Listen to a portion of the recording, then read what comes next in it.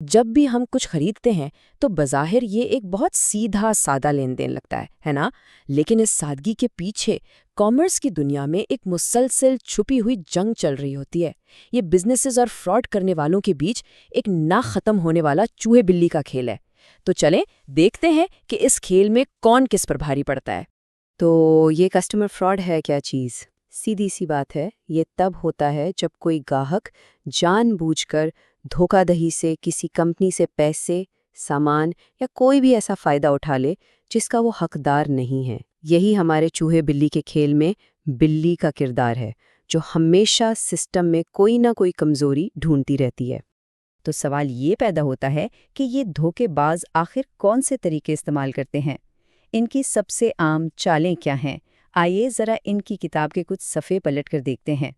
چلے سب سے پہلے دیکھتے ہیں فراڈ کرنے والوں کی کتاب کو، مطلب وہ کون سی حکمت عملی ہیں جو کسٹمر فراڈ میں سب سے زیادہ عام ہیں۔ لیکن اس کھیل کا ایک دوسرا رخ بھی ہے۔ بزنسز ہمیشہ الرٹ رہتے ہیں اور ہر ٹرانزیکشن پر گہری نظر رکھتے ہیں۔ یہی تو ان کی دفاعی حکمت عملی کا پہلا اور سب سے اہم قدم ہے۔ تو سب سے پہلی اور شاید سب سے عام چال ہے کریڈٹ کارڈ فراڈ، مطلب چوری ہوئے یا جعلی کارڈز کا استعمال کر کے خریداری کرنا۔ یہ ایک بہت پرانا طریقہ ہے، لیکن آج بھی اتنا ہی مؤثر ہے اور بزنسز کے لیے ایک مسلسل سردرد بنا ہوا ہے۔ اس کے بعد آتی ہے چیک فراڈ کی باری۔ ہو سکتا ہے یہ طریقہ کار کچھ پرانا لگے، لیکن آپ حیران ہوں گے کہ چوری شدہ یا جعلی چیک آج بھی استعمال ہوتے ہیں۔ اس سے یہی پتہ چلتا ہے کہ فراڈ کرنے والے کوئی بھی موقع ہاتھ سے جانے نہیں دیتے۔ اور پھر آتی ہے تیسری چال، جسے ہم ریفنڈ فراڈ کہتے ہیں۔ یہ ایک بہت ہی ہوشیارانہ چال ہے، کیونکہ اس میں فراڈ کرنے والا کمپنی کے اپنے ہی ریٹرن سسٹم کو اسی کے خلاف استعمال کرتا ہے۔ ذرا تصور کریں، کوئی شخص کہیں سے کوئی چیز چراتا ہے اور پھر اسے کسی سٹور پر لے جا کر واپس کرنے کی کوشش کرتا ہے اور بدلے میں کیش مانگتا ہے۔ وہ یہ دکھاوا کرتا ہے کہ اس نے یہ چیز وہیں سے خریدی تھی۔ یہ ریفنڈ فراڈ کی ایک سادہ مگر بہت ہی مؤثر مثال ہے۔ ٹھیک ہے، ہم نے فراڈ کرنے والوں کی چالیں تو دیکھ لیں، لیکن اب اصل سوال یہ ہے کہ بزنسز اس کا جواب کیسے دیتے ہیں؟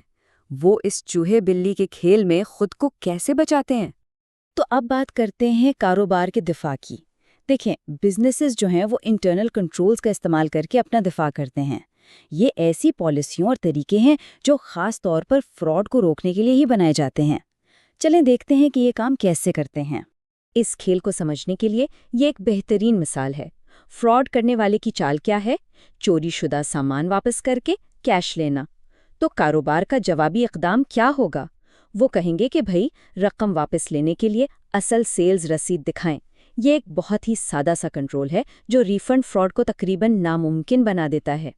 اس سے صاف ظاہر ہوتا ہے کہ ہر چال کا ایک توڑ موجود ہے۔